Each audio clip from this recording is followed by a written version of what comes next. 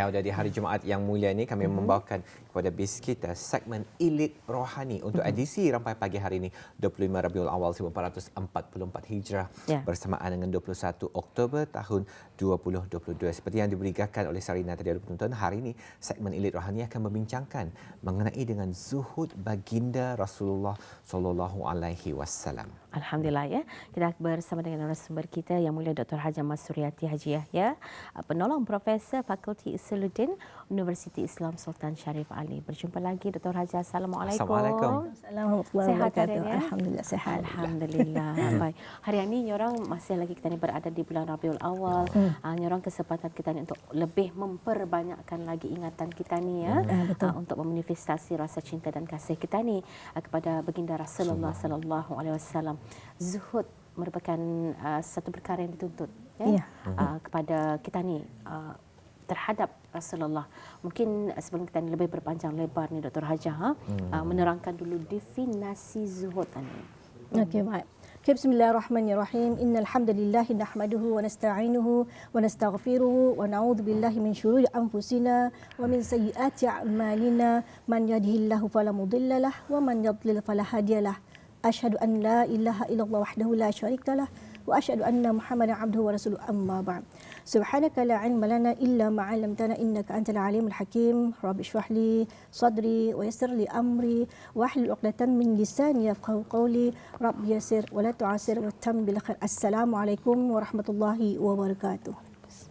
Baik, kepada para penonton, kepada para pendengar di mana jua segmen ini dapat diikuti, insya-Allah segmen ini akan melanjutkan tajuk yang sebelum ini dibawakan juga berkaitan dengan baginda Rasulullah SAW. Okey, dan sementara kita masih juga berada di bulan Rabiul Awal, masih lagi meraihkan dan kelahiran baginda, maka tajuk hari ini dibincangkan adalah mengenai dengan kezuhudan ataupun sifat zuhud baginda Rasulullah sallallahu alaihi wasallam. Baik, dari segi definisi zuhud tu maksudnya dari segi definisinya ataupun perkataannya adalah bermaksud meninggalkan sesuatu yang tidak kita perlukan, tidak diperlukan. Sementara dari segi istilahnya pula adalah meninggalkan sesuatu yang tidak bermanfaat untuk kehidupan tani di akhirat kelak. Itu maksudnya.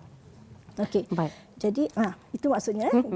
Jadi itulah yang perlu kita ni fahami. Zuhud ini merupakan antara sifat Rasulullah sallallahu alaihi wasallam yang sewajar mempunyai kewajaran untuk kita ni faham dan mengetahui. Ia ada hubung kaitnya dengan sirah kehidupan Rasulullah itu. Macam mana zuhud ini orang dapat digambarkan pada diri Rasulullah itu sendiri. Dr. Hajah tadi mengongsikan dari segi definisinya. Mungkin kalau Tania boleh berikan soalan seterusnya kepada Dr. Hajah untuk menerangkan lagi secara mungkin lebih dekat lagi, lebih lanjut barangkali lagi Dr. Hajah. Kalau Tania boleh melihat juga pengertian zuhud ini menurut Al-Quran dan Al-Sunnah ni Dr. Hajah. Okey, baik. Sebagaimana dikongsikan tadi, definisi dari segi definisi zuhud itu dari segi bahasa dan istilahnya sudah. Kemudian suka dikongsikan juga zuhud itu kalau menurut ahli sufi. Menurut Hasan Al-Basri katanya zuhud atunya bukan kita ni mengharamkan benda yang halal, bukan juga kita ni kan menyia-nyiakan harta ataupun yang sewajarnya kita diperolehi dalam kehidupan lah. Bukan maksudnya cuma itu. Tetapi maksudnya zuhud itu adalah kita ni mengambil sebahagiannya dan kita ni manfaatkan, namun pada masa yang sama tidak berlaku pembaziran. Dan pada masa yang sama juga apa yang kita ni ambil, kita ni manfaatkan itu dan boleh menenangkan kita ni, menenangkan jiwa kita ni dan boleh senang untuk kita ni melakukan amal ibadah juga sebenarnya. Baik, dari sudut Al-Quran, dikongsikan juga di sini disebutkan dalam Al-Quran disebutkan mengenai dengan zuhud ini, disebutkan di dalam surah surah Ghafirah ayat 39. Terjemahannya ialah orang yang beriman, orang beriman itu berkata, hai kaumku, sesungguhnya kehidupan dunia ini hanyalah kesenangan sementara dan sesungguhnya hari akhirat itu adalah negeri yang kekal abadi. Dan satu ayat yang lain juga daripada surah Al-A'la, disebutkan pada ayat 16 hingga ke 17. kita ni biasa menyebutkan ayat tadi. Okay. Kalau Allah Taala, Bismillahirrahmanirrahim. Bal tu'thirun al-hayat ad-dunya wal akhiratu khairu wa abqa. Biasa saya sebut kan. Okay.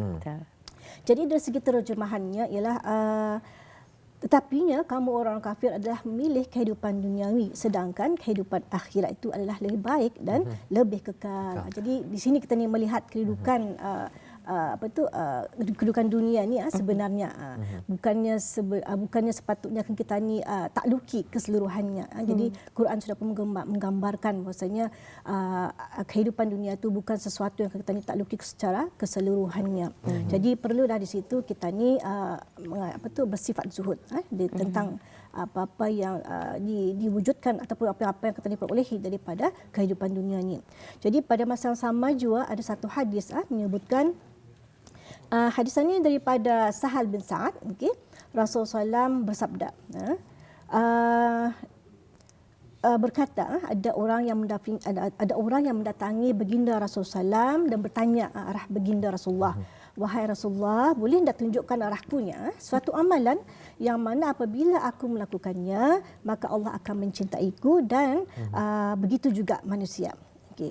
Jadi baginda Rasulullah SAW menjawab, katanya, zuhudlah kamu pada dunia kerana Allah akan mencintaimu dan zuhudlah pada apa yang ada di sisi manusia maka manusia pun akan mencintaimu. Jadi hadis ini adalah hadis riwayat Ibnu Majah.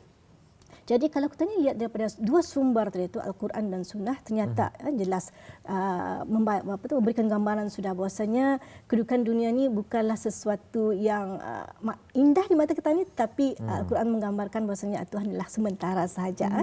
Bukan semuanya perlu kita ni ambil ke semuanya. Dan pada masa yang sama dua sumber itu juga sebenarnya memberikan kita ni satu pendidikan di mana harusnya kita ni ada kesederhanaan, keseimbangan dan itu merupakan satu sikap yang perlu kita ni bentuk dalam diri kita ni. Itulah daripada dua sumber yang berkaitan dengan zuhud itu. Subhanallah wa bihamdi, subhanallahil azim. Jadi mungkin dalam hal penerangan berkenaan dengan zuhud itu untuk lebih memantapkan lagi kefahaman kita ni mengenai dengan zuhud ni, ada contoh-contoh barangkali. Okey, baik. Sebenarnya banyak orang akan mau tahu juga apa sebenarnya zuhud ni kan. Okey, kita ni bagi sedikit contohlah. Okey. Tidak perlu jauh pun sebenarnya. Zuhud ini sebenarnya sebagai contoh, kalau kita ni punya sifat yang bersyukur, itu adalah salah satu ke arahnya, ke arah untuk membentuk sifat zuhud kita ni. Keduanya, kita ni sentiasa menginfakkan harta benda kita ni, okey, ataupun salah satu juga. Rasanya ramai je sudah orang kita ni yang suka menginfakkan ataupun mensedekahkan harta bendanya macam itu untuk keperluan orang lain. Okey. Kemudian memperbanyakkan ataupun sentiasa memperbanyakkan usaha-usaha kita ni dalam menambahkan amal ibadah, okey, untuk memperbaiki amal ibadah kita ni dan sentiasalah juga menimbang-nimbang kedudukan ibadah kita itu agar ianya tidak terlalu ada sebahagian orang melihat keterlaluan, ada juga sebahagian orang melihat kekurangan, terlalu kurang macam itu. Jadi perlunya ada keseimbangan. Itu adalah antara contoh-contoh lah yang boleh kita ni naik tarafkan diri kita ni ke arah bersifat zuhud sebenarnya. Untuk kita lebih faham apa sebenarnya maksud zuhud itu. Jadi maksudnya ada keseimbangan dalam kehidupan kita ni, mengejar nikmat dunia dan seterusnya juga ganjaran yang akan diterima di akhirat itu. Kerana dunia ni sebagai orang sebagai landasan investasi kita ni jupanya. Itu yang perlu kita ni orang pandai menyukat-nyukat dalam hal umpamanya dalam hal-hal yang perkara-perkara yang mungkin kita ni lihat, kita ni faham ia baik seperti berinfak, berwakaf, bersedekah. Itu contoh yang mudah. Yang mudah. Tapi betul. Berbalik je kepada niat contoh. Ya betul. Ya betul. Semua tu memang berbalik pada niat lah. Dan saya yakin semua pun orang sudah faham bahwasanya niat itu adalah memang mengepalai setiap amal ibadah yang kita ni lakukan dan setiap perkara yang kita ni lakukanlah juga niat adalah perkara utama. Jadi supaya apa? Supaya nanti apa yang sudah kita ni siapkan itu sesuai dengan niat tani macam tu. Jadi jangan sekarang ada niat yang mungkin kurang tepat, maka tani punya niat itu tinggi, tinggi matlamatnya, tapi kalau niat tani kurang tepat, maka matlamatnya kurang sampai. Macam itu. Saya memang tertarik sekali sebenarnya Dr. Hajah apabila Dr. Hajah dah mengongsikan tadi kepada penonton dan juga saya dan Sarina mengenai dengan kepentingan kita ni meluahkan, orang menzahirkan rasa kesyukuran kita ni. Kadang-kadang mungkin kita ni mudah terlupa untuk mensyukuri setiap perkara apa yang saya percaya dengan apapun keadaannya, apapun kejadian yang berlaku tu ada sesuatu yang boleh tani orang refleksi diri dan melihat kenapa mungkin dari segi positifnya dan mensyukuri setiap kejadian. Kalau kita ni bolehan kalau ditanyakan kepada Dr. Hajah ada mengongsikan tadi di antara contoh. Contoh yang mudah penonton faham. Kalau kita bercakap mengenai zuhud, memang sering kita ni ceritakan memberigakan menggunakan perkataan ni kepada anak-anak kita ni, tapi mungkin baru hari ini baru benar-benar faham barangkali apa sebenarnya maksud zuhud ni dengan contoh yang Dr. Hajah berikan tadi. Kalau boleh tadi barangkali Dr. Hajah elaborate sedikit, memberikan pencerahan lagi mengenai dengan hikmah perilaku zuhud.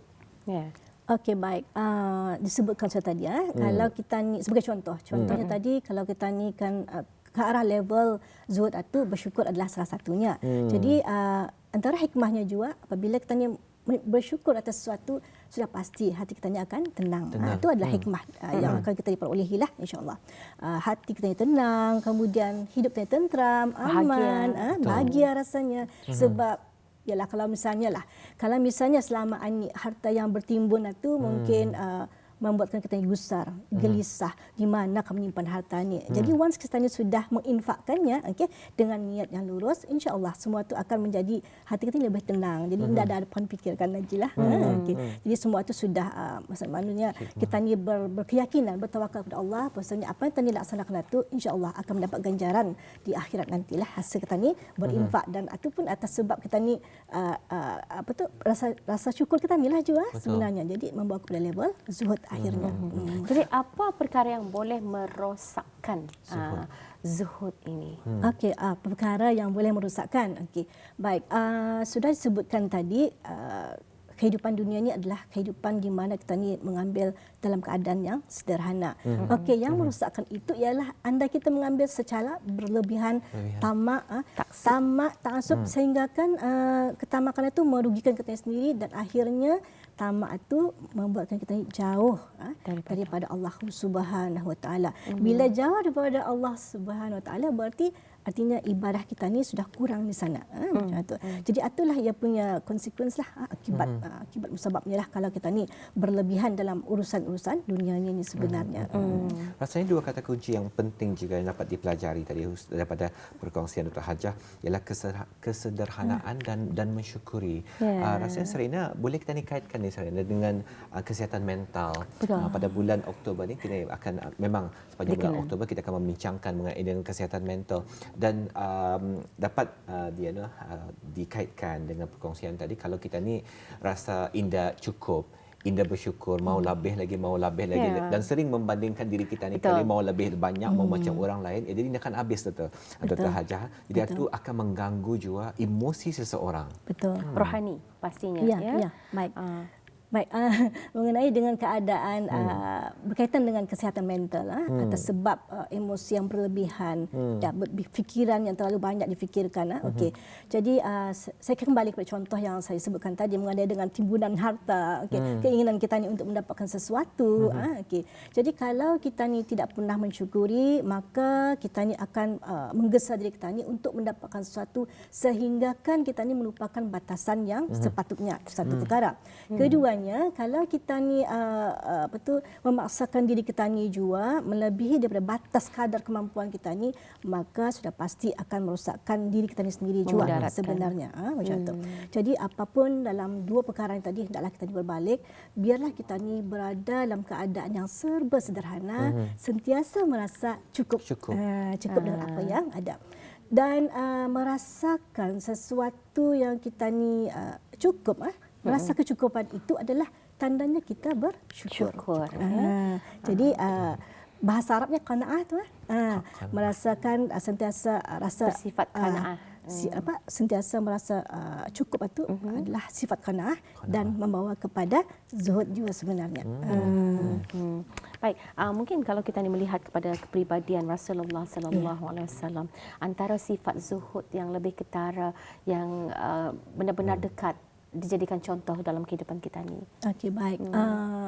Kita ni faham baginda Rasulullah adalah merupakan seorang yang menjadi kita ni punya apa tu kudwah hasanah kita ni, okey, contoh teladan kita yang sangat mulia, anda tiada bandingannya, okey.